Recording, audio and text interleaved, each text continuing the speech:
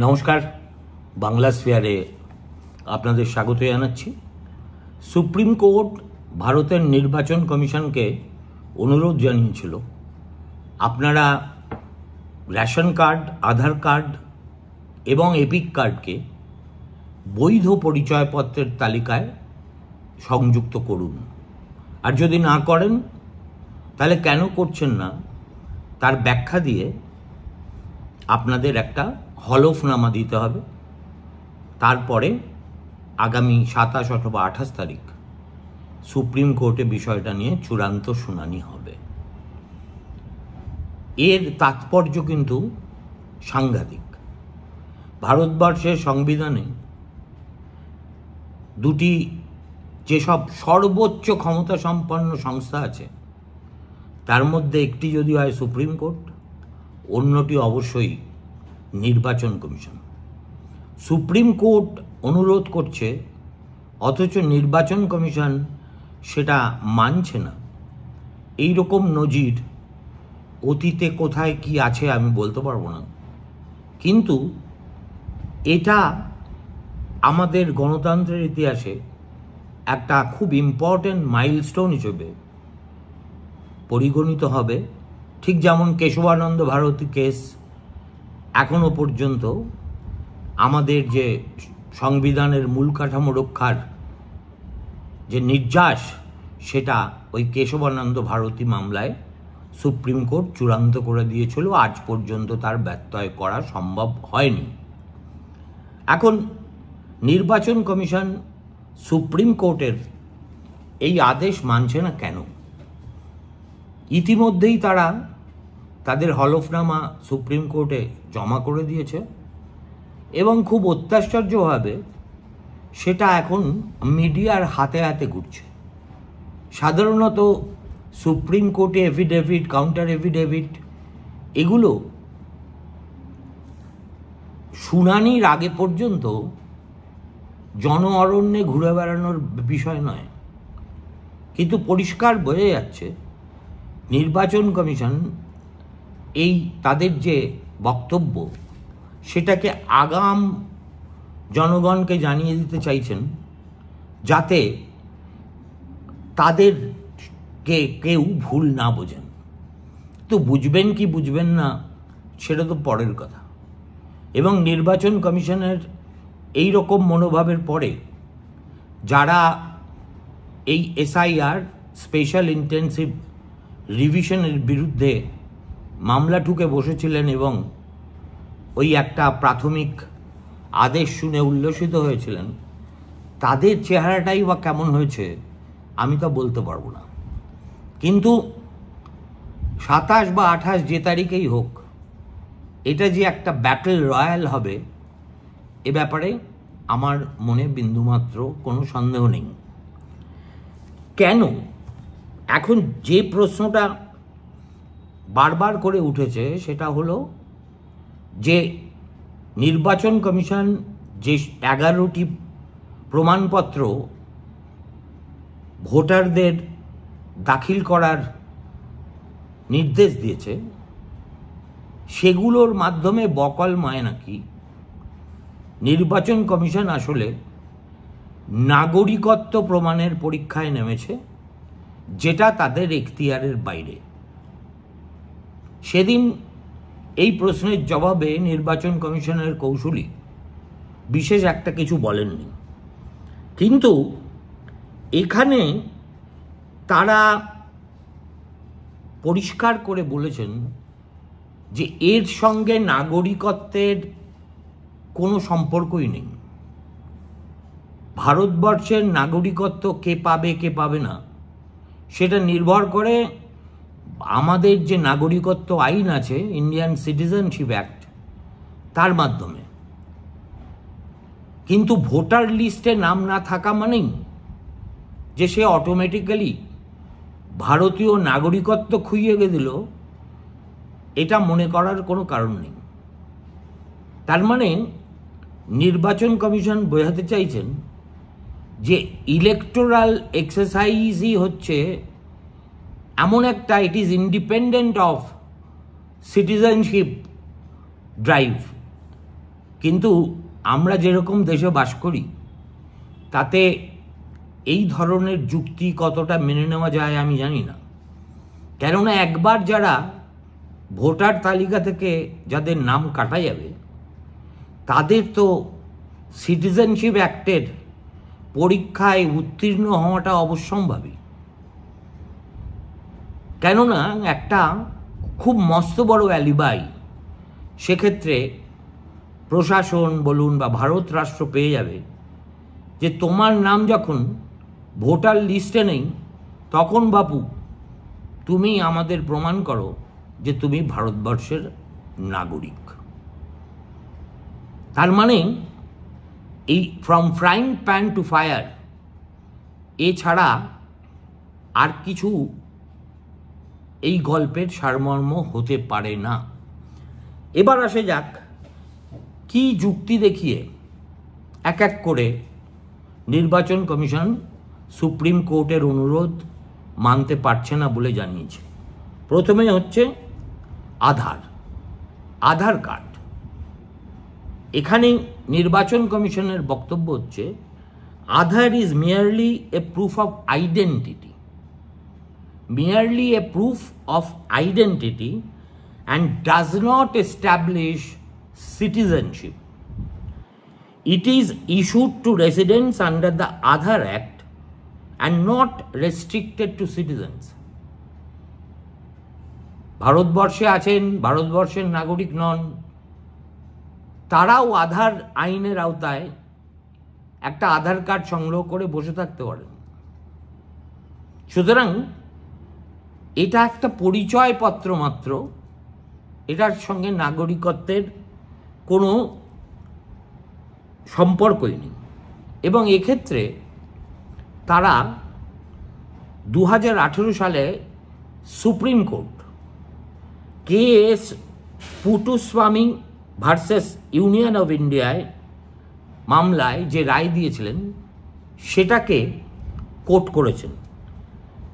ওই রায়ে supreme court বলেছিল Aadhaar cannot be used as sole identity for determining citizenship or entitlements unless explicitly authorised. দ্বিতীয়, ration card. এখন ration কার্ডের ক্ষেত্রে নির্বাচন কমিশনের বক্তব্য হয়তো অনেকখানি ভ্যালিড। তারা লিখেছেন there are a large number of fake ration cards in circulation. These documents are issued for welfare purposes and not verified through a robust process to establish nationality or age.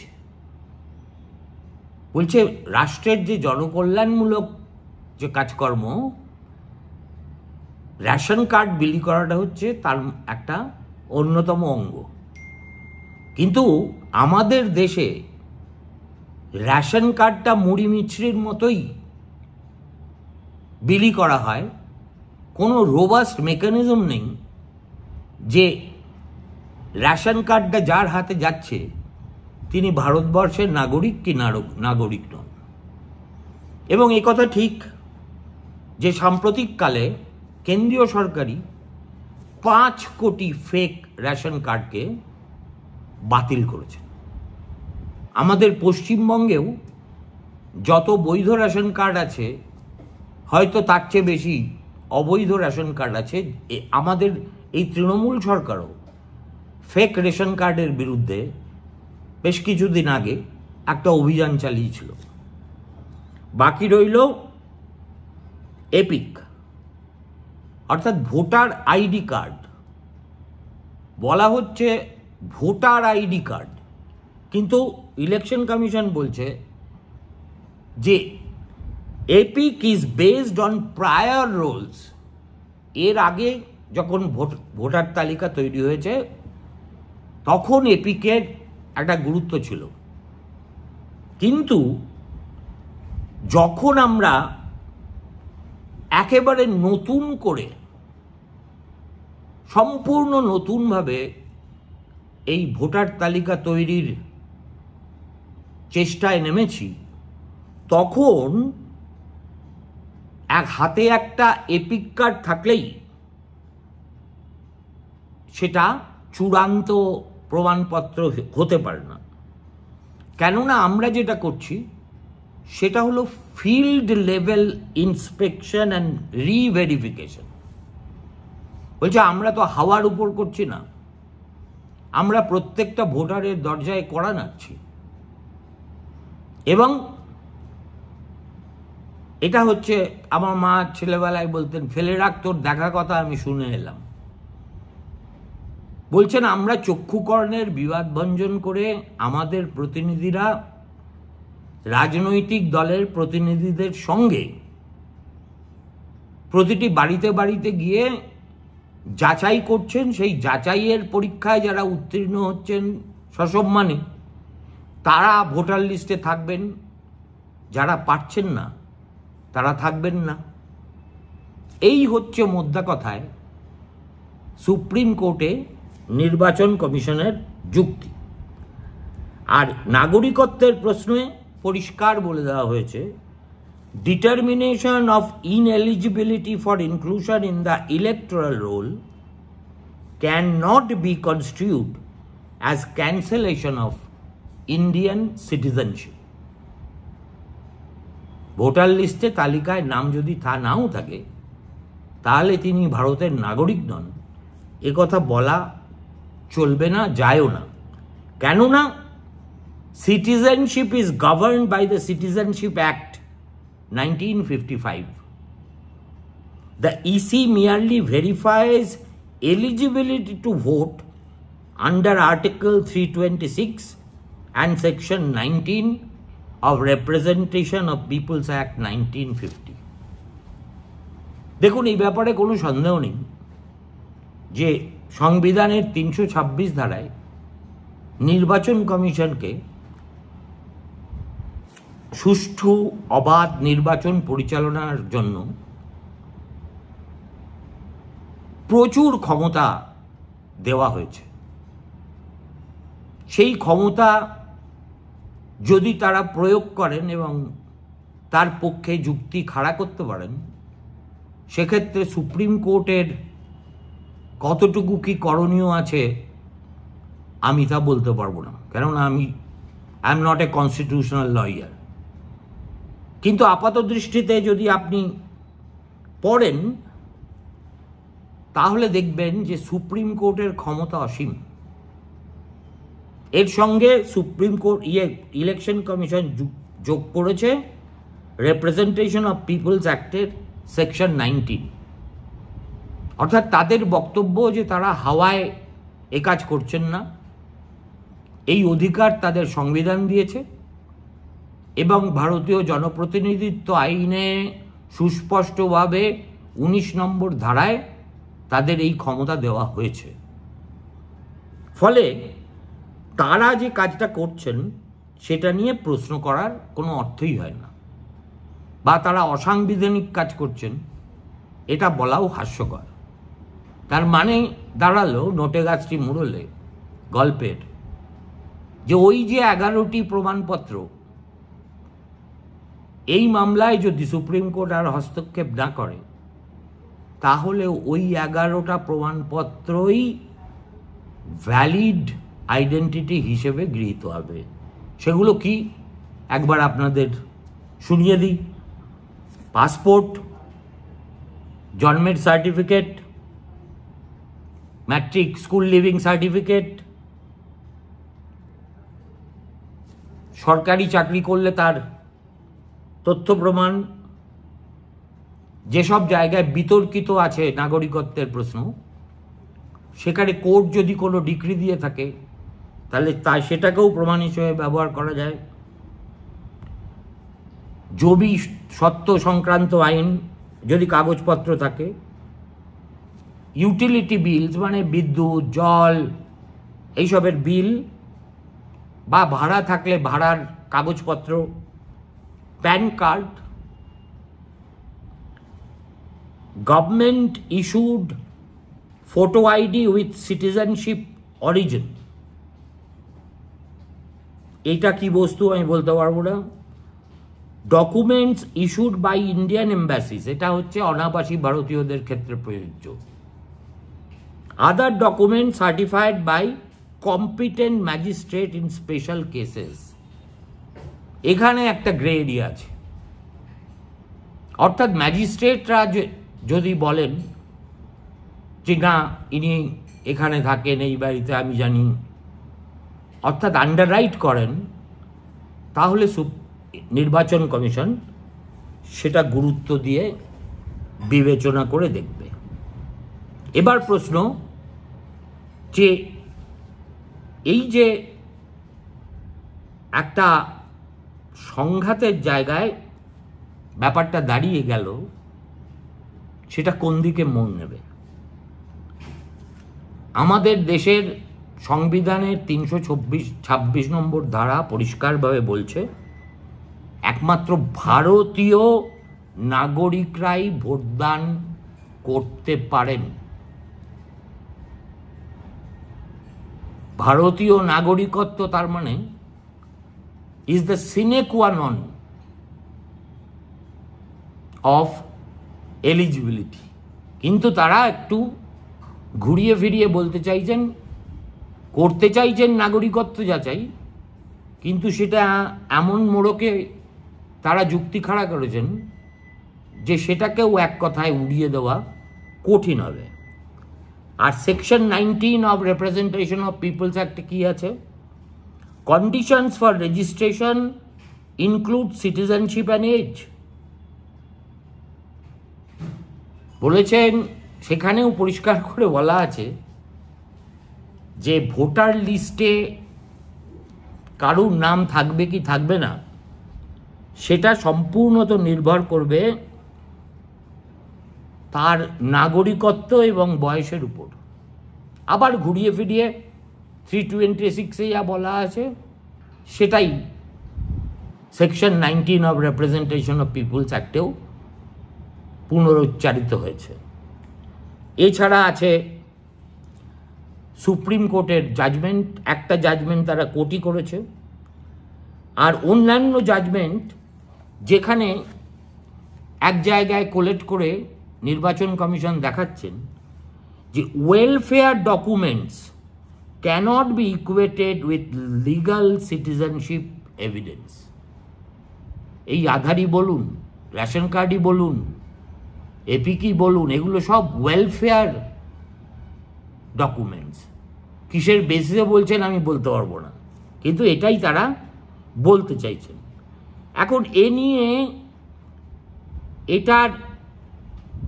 নিয়ে বিস্তর আলোচনা কিন্তু আমাদের দেশে এর আগেও হয়েছে, সুপ্রিম কোর্টেও হয়েছে। আধার বা ভোটদান আমাদের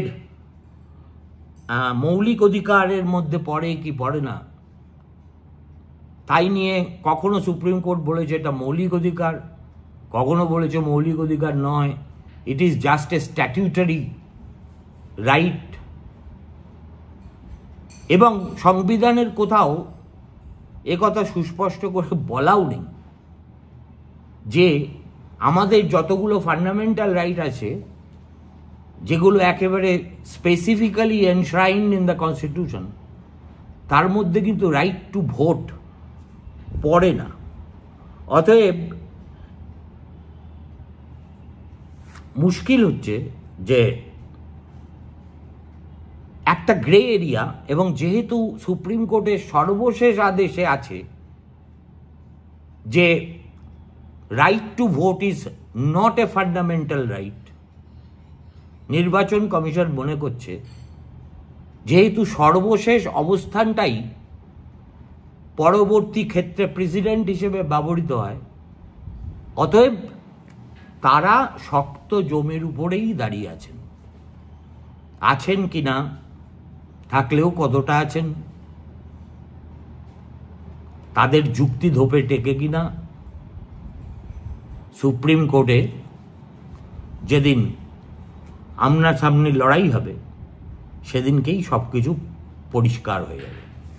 নমস্কার, ভালো থাকবেন, ফিরে আসছি 9টায়।